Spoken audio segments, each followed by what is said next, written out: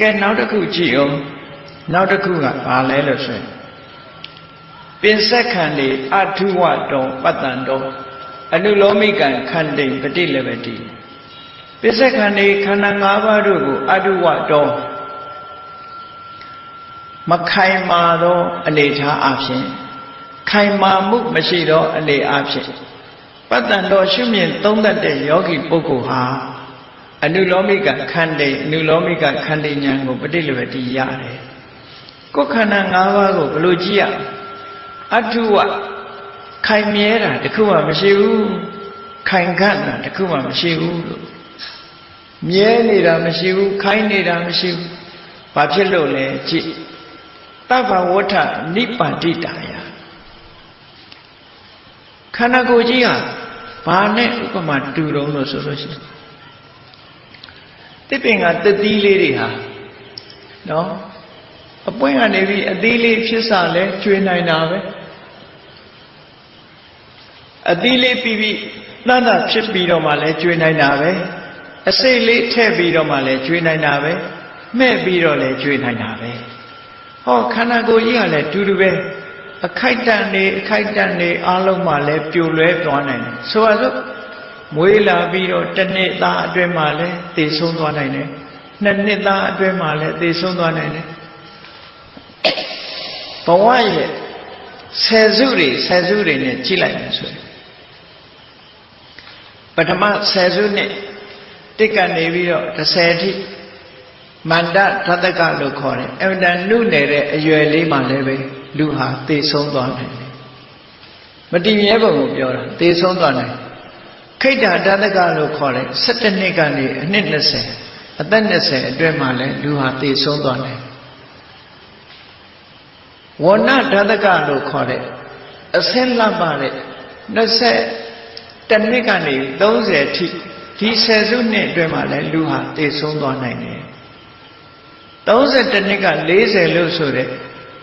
ဗလဓတကအဆင့်မှာလည်းပဲလူဟာသေဆုံးသွားနိုင်တယ်ခွန်အားတွေကောင်းတဲ့အချိန်မှာလည်းသေဆုံးတစ်သီးလေးဟာပွင့်လာဒီသီးလာတဲ့အချိန်ကနေစပြီးအချိန်မရွေးကျွေကြမဲ့အန္တရာယ်ရှိနေတယ်လို့ပဲဘုန်းကြီးတို့တွေရဲ့ခန္ဓာကိုယ်ကြီးအားလည်းပဲခိုင်ခံ့မှုမရှိသည့်အတွက်ကြောင့်ဘယ်အခိုက်အတန့်ဘယ်အပိုင်းမှာပဲဖြစ်ဖြစ်ပျက်စီးဆုံးရှုံးသွားနိုင်တယ်ဆိုတာကိုနှလုံးသွင်းဆင်ခြင်ရမယ်ဒါလည်းပဲဝိပဿနာဉာဏ်တစ်မျိုးပဲ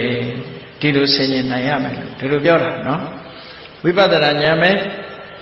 ထိရဘာဝတ္တသအဘာဝတော်ခိုင်မြဲတယ်ဆိုတာဒီခန္ဓာကိုယ်ထဲမှာတခုမှမရှိဘူး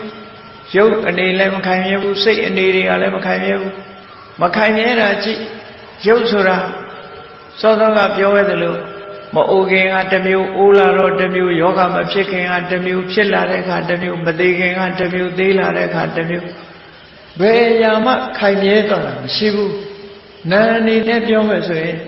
အခုဝမ်းသာလိုက်တော့ကြဝမ်းနေလိုက်အခုချမ်းသာလိုက်တော့ကြဆင်းရဲလိုက်ဟောဘယ်ရာမှခိုင်မြဲတာမရှိဘူးလို့ဒီလိုဆိုတာအဲ့ဒီခိုင်မြဲမှုမရှိတော့ကြောင့်ခန္ဓာ၅ပါးကိုအထုဝခိုင်မာမှုမရှိတဲ့အရာလို့ရှုမြင်သုံးသပ်လို့ရှိရင်အစစ်မြင့်တဲ့ဝိပဿနာဉာဏ်ကိုရပါလိမ့်မယ်ဟောဒါဝိပဿနာတရားအထုတ်တယ်ဆိုတာထိုင်ပြီးတော့ဆင်ញင်တွေးတောတဲ့သဘောပဲနော်ခုခေတ်မှာတော့ကမ္မထထိုင်တယ်ဆိုတာဒီမျက်စိလေးမိတ်ပြီးတော့ထိုင်နေမှကမ္မထထိုင်တယ်လို့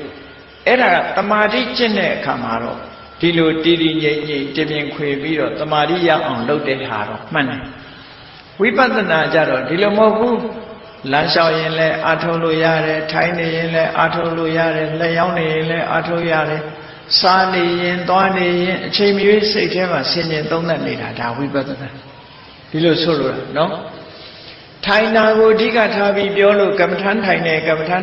ဆိုတဲ့စကားလုံးကတွင်းနေတာမထိုင်လဲကမ္မထအာယုံနဲ့နေလို့ရှိရင်ကမ္မထထိုင်တာပဲကမ္မထအာထိုင်နေပြီးအိတ်နေတဲ့လူကြတော့ဘယ်လိုလုပ်နော်ထိုင်ပြီးတော့လည်းအိပ်ပျော်သွားတာတွေရှိတယ်လေအဲ့ဒါကြောင့်မို့လို့ထိုင်တာကအဓိကမဟုတ်ဘူးတရားအာယုံနဲ့စိတ်နဲ့တွဲဆုံနေမှုကအဓိကဖြစ်တယ်ဆင်ញင်စဉ်းစားနေတဲ့အတိညာဏ်ကအဓိကဖြစ်တယ်ဆိုတာမှတ်သားထားကြဖို့နော် ဒါကြောင့်မို့လို့ဈဉ္ဉံသွားလိုက်လမ်းလျှောက်လိုက်ဈဉ္ဉံလျှောက်လိုက်ထိုင်လိုက်ဒီလိုနေပြီးတော့မိမိရဲ့စိတ်ထဲကအညစ်အကြေးတွေကိုထုတ်ဆောင်ပြစ်နေရတာဒီလိုပြောတာဟုတ်ပြီအဲ့ဒါလို့ခန္ဓာကိုယ်ကြီးရဲ့မခိုင်မာမှုကိုသိလာတဲ့အခါခန္ဓာပေါ်မှာတွေ့တာမှုတွေနည်းလာတဏှာမရှိတော့ဘူးဆိုရင်ပိဿနံခန္ဓာနံនិရောဓခန္ဓာ၅ပါးတို့ချုပ်ငြိမ်းပြီးတော့သွားတယ်အဲ့ဒီချုပ်ငြိမ်းသွားမှုသည်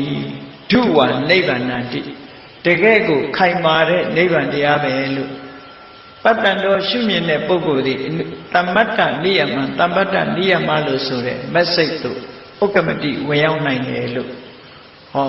နိဗ္ဗာန်လမ်းကြောင်းပေါ်ရောက်သွားပြီးနိဗ္ဗာန်ကိုအာရုံပြုနိုင်တယ်လို့ဒီလိုဆိုတာပေါ့